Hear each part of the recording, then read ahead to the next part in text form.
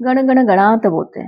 गजानन महाराज यांच्या पोथीच्या दुसऱ्या अध्यायात बंकटलाल अगरवाल यांच्या भक्तीची सुरुवात दाखवली आहे. बंकटलालांना महाराजांचे विलक्षण तेज जाणवते आणि ते महाराजांना आदराने घरी जेवण्यासाठी आमंत्रित करतात.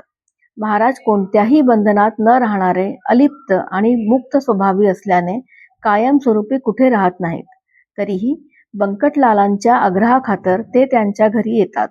घरातील साधे अन्न ते प्रसाद भावाने स्वीकारतात. त्यांच्या तेजस्वी, शांत आणि अलिप्त स्वरूपातून संतांचे निरअहंकारी अनासक्त जीवन दिसून येते. बंकटलालाची श्रद्धा दृढ होते आणि गावकऱ्यांमध्ये पण महाराजांविषयी आदर वाढतो.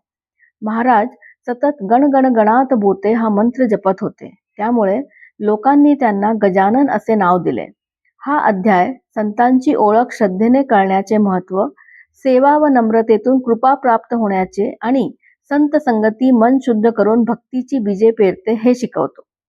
गण गण गणात बोते.